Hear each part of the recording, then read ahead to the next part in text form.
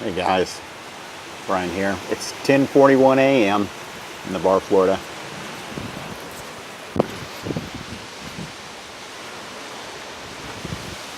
Just wanted to give you a bird's eye view. Haven't been back down to the water yet. I'm gonna wait and see what happens and where it turns.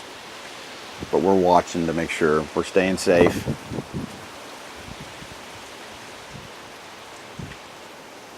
The clouds are just moving. They're booking it.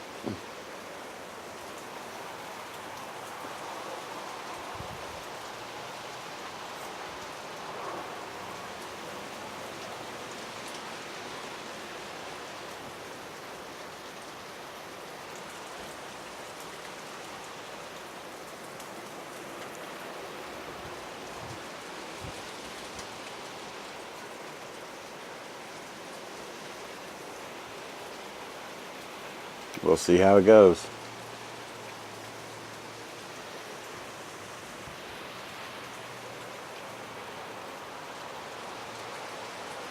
Much love to all.